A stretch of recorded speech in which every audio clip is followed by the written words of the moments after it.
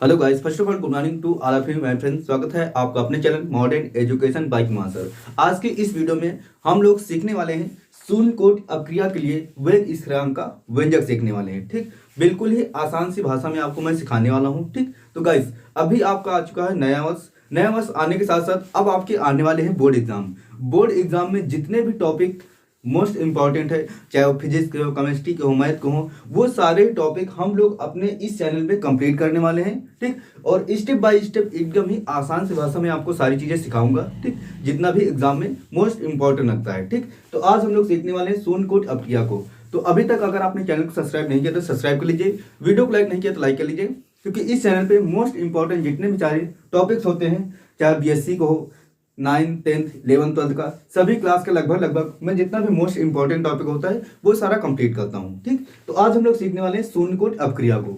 अब शून्यकोटि अपक्रिया को पढ़ने के लिए सबसे पहले हमको मालूम होना चाहिए कि शून्यकोटि अपक्रिया होती क्या है। ठीक है, जब किसी अपक्रिया का वेग उसकी सांद्रता के शून्य घात के समानुपाती होता है। ठीक, उसके अभिकारक की सांद्रता के शून्य घात के समानुपाती होता है, यानी कि अपक्रिया का वेग होता है हमारा dx अपान dt। आपको पता होगा dx अपान dt क्या होता है। अगर फिजिक्स की भाषा में बोले तो ये होता है विस्थापन परिवर्तन की दर को हम लोग वेग बोलते हैं। ठीक, सेम वैसे यहां पर भी सांद्रता परिवर्तन की दर को हम लोग वेग करते हैं, और इसको समानुपाती हम लोग कर देंगे किसके, ये समानुपाती होता है अभिकारक की सांद्रता, यानी कि अभिकारक सांद्रता होती है जैसे a, तो उसके शून्य घात के समानुपाती होता है। ठीक, ये तो हो गया समानुपाती, इसका स्टेटमेंट हो गया।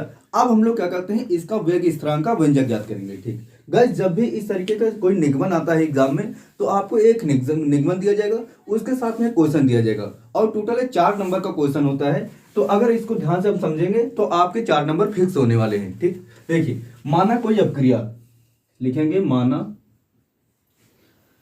A इक्वल टू उत्पाद। आपको पता होगा अपक्रिया का जो लेफ्ट साइड में होता है इसे हम लोग बोलते हैं अभिकारक, और जो इस साइड होता है उसे हम लोग बोलते हैं उत्पाद। अब हम लोग क्या निकाल लेंगे, अभिक्रिया का वेग। तो लिखेंगे अभिक्रिया का वेग,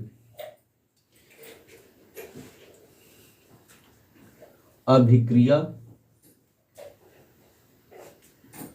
का वेग।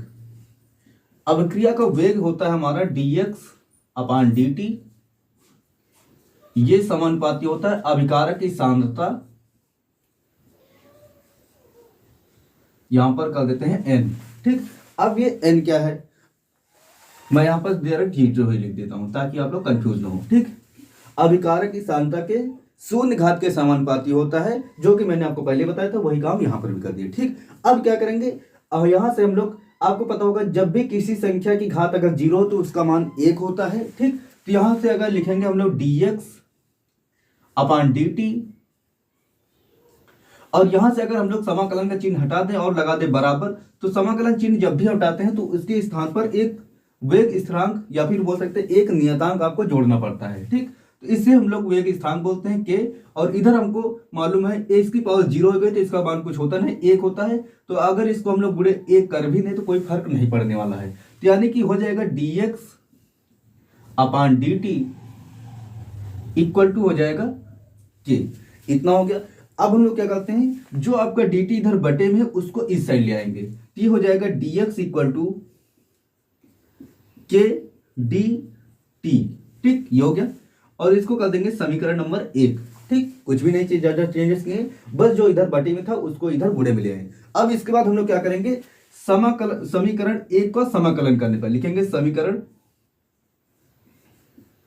1 का समाकलन करने पर, समाकलन करने पर देखिए जब भी हम लोग समाकलन करेंगे तो इधर से जैसे dx है, dx साथ अगर कुछ नहीं है तो आपको पता होगा 1 होता है।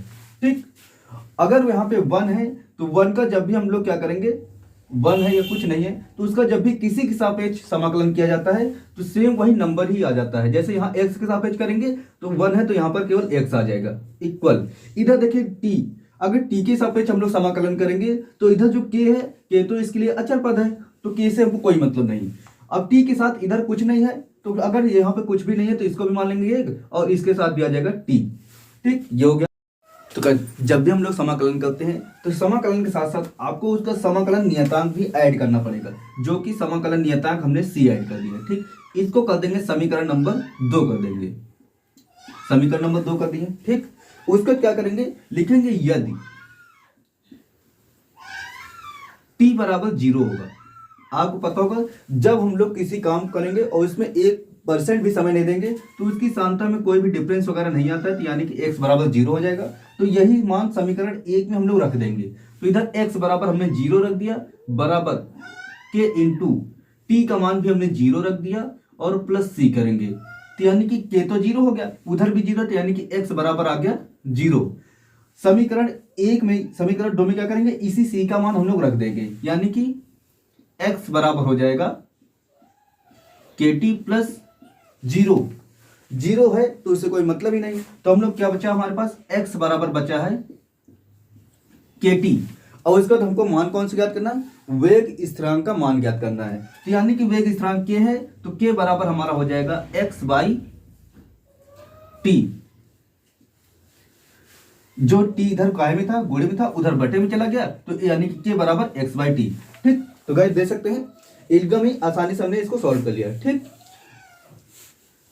अगर आपको कोई भी क्वेश्चन होता है या फिर किसी भी लेसन के नोट्स चाहिए तो आप लोग मुझे कमेंट कर सकते हैं। कमेंट करने के साथ साथ आप मुझे 7574005015 इसमें आप लोग मुझे व्हाट्सअप कर सकते हैं। तो आपको जो भी नोट्स चाहिए या फिर कोई भी क्वेश्चन पूछना हो तो आप मुझे कमेंट में पूछ सकते हैं, मैं आपको उसको जल्द से जल्द रिप्लाई देने की कोशिश करूंगा। ठीक, तो अभी तक अगर आपने चैनल को सब्सक्राइब नहीं किया, सब्सक्राइब कर लीजिए, वीडियो को लाइक नहीं किया लाइक कर लीजिए। मिलते हैं नेक्स्ट वीडियो में।